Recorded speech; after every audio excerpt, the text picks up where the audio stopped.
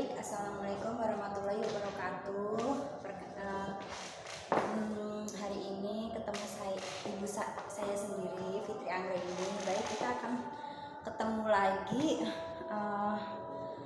di kelas 10 ekonomi. Nah, sebelumnya kita sebelumnya memulai pelajaran, lebih baik kita membaca Bismillah dulu menurut agama masing-masing. Berdoa mulai, doa selesai.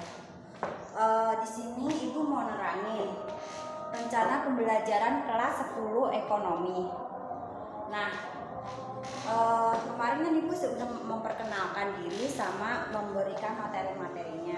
Sekarang ibu mau menjelaskan kegiatan inti apa saja yang ada di kelas ibu. Satunya itu harus menghayati atau bersikap jujur, disiplin, tanggung jawab, dan kerjasamanya ya. Yang kedua, memahami materi, terus menganalisis pengetahuan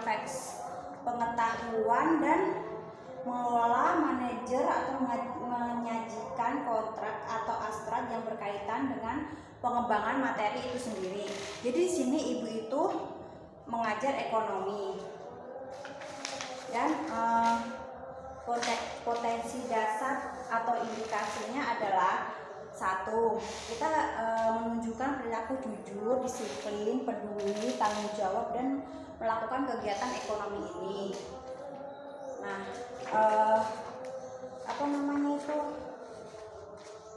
tujuan pembelajaran ini tujuannya itu memahami dan mengamalkan sikap-sikap yang dijelaskan dengan potensi inti. Yang ketiga, mengertikan sistem ekonomi. Yang keempat, menjelaskan macam-macam ekonomi. Apa sih sistem ekonomi itu di dalam materi kita? Terus materi pembelajarannya itu ada satu, pengertian sistem ekonomi. Yang kedua, macam-macam sistem ekonomi. Yang ketiga, kelebihan dan kekurangan masing-masing sistem ekonomi. Nah, apa sih metode pembelajaran ini? Metode pembelajaran itu adalah pembelajaran konstruktif atau dengan pendekatan model juga boleh, nggak apa-apa. Nah, kita akan belajar menggunakan PowerPoint bisa. Lainnya PowerPoint itu bisa dengan laptop, kertas, ataupun buku. Itu sumbernya dari situ. Jadi ibu nggak mau nanti kalau misalnya kalian mau belajar, ibu nggak ada buku ataupun nggak ada internet sejenisnya gitu. Nah, langkah-langkahnya itu peserta itu harus bisa menjelaskan pengertian ekonomi. Gimana sih pengertian ekonomi? Bisa ditanyakan aja, dan macam-macamnya itu ada apa aja. Jadi kalian harus bisa menguasai materinya. Jadi nanti bisa menjelaskan kalau nggak bisa. Baik, kita masuk pelajaran materi aja ya. Materinya itu adalah apa sih?